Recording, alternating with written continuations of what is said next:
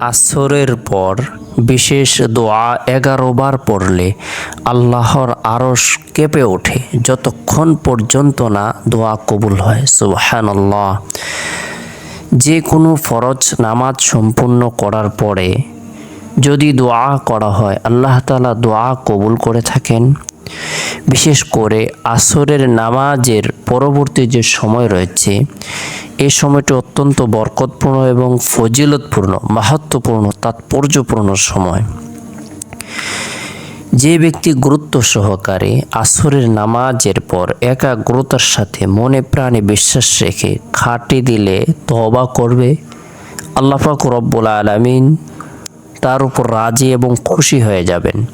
তার জীবনের সগীরা কবিরা জাহিরি বাতিনি শিরিক বিদাত ইচ্ছায় অনিচ্ছায় গোপনে প্রকাশ্যে সকল গুনাহগুলোকে মাফ করে দিবেন। আল্লাহ তাআলা তার ভাগ্যকে পরিবর্তন করে দিবেন, দোয়াকে কবুল করবেন।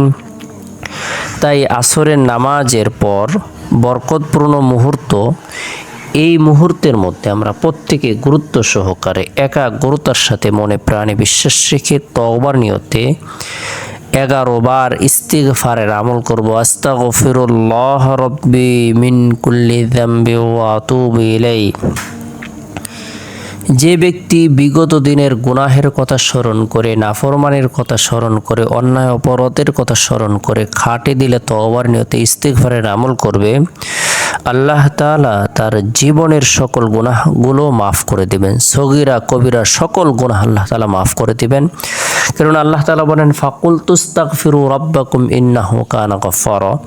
তোমরা বিগত দিনের গুনাহের কথা স্মরণ করে খাঁটি দিলে তওবার নিয়তে ইস্তিগফারের আমল করুন।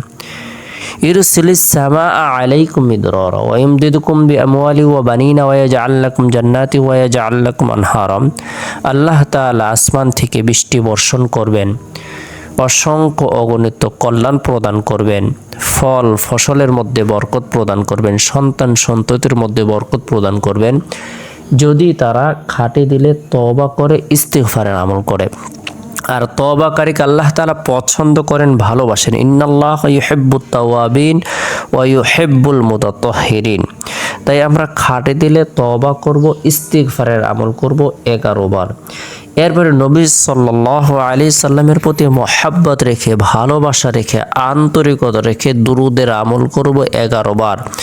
উত্তম দুরুদ হলো দুরুদ ইব্রাহিম, যে দুরুদটি আমরা নামাজের মধ্যে পড়ে থাকি। আল্লাহুম্মা সাল্লি আলা মুহাম্মাদিন ওয়া আলা আলি মুহাম্মাদ কামা সাল্লাইতা আলা ইব্রাহিম ওয়া আলা আলি ইব্রাহিম إنك حميد مجيد اللهم بارك على محمد وعلى آل محمد كما باركت على إبراهيم وعلى آل إبراهيم إنك حميد مجيد। এরপরে গুরুত্ব সহকারে আমরা আল্লাহ পাক রব্বুল আলামিনের নৈকট্য লাভের উদ্দেশ্যে, আল্লাহ তাআলার একাত্মবাদকে স্বীকার করার উদ্দেশ্যে, আল্লাহ তাআলার বরত্বকে স্বীকার করার উদ্দেশ্যে গুরুত্ব সহকারে কালিমাতুশ শাহাদা আমরা 11 বার পাঠ করব, আমল করব। আশহাদু আল্লা ইলাহা ইল্লাল্লাহ ওয়া আশহাদু আন্না মুহাম্মাদান আবদুহু ওয়া রাসূলুহু। أشهد أن لا إله إلا الله وأشهد أن محمدا عبده ورسوله। কালিমাতুশ শাহাদা 11 বার আমল করব। এরপরে মোনাজাতের পূর্বে লা ইলাহা ইল্লাল্লাহ এই কালিমার জিকির করব 100 বার। হাত উত্তোলন করে রব্বুল আলামিনের দরবারে রুনাজারি করব। আল্লাহ তাআলা এত বেশি খুশি হবেন, এত বেশি আনন্দিত হবেন, বান্দার জীবনের সকল গুনাহগুলোকে মুহূর্তের ভিতরে মাফ করে দেবেন। আর বান্দা যখন কালেমা আমল করবে, কালেমা পাঠ করবে, আল্লাহর আরশ কাঁপতে থাকবে, হেলতে থাকবে, দুলতে থাকবে যতক্ষণ পর্যন্ত তাকে মাফ করা না হবে। সুবহানাল্লাহ।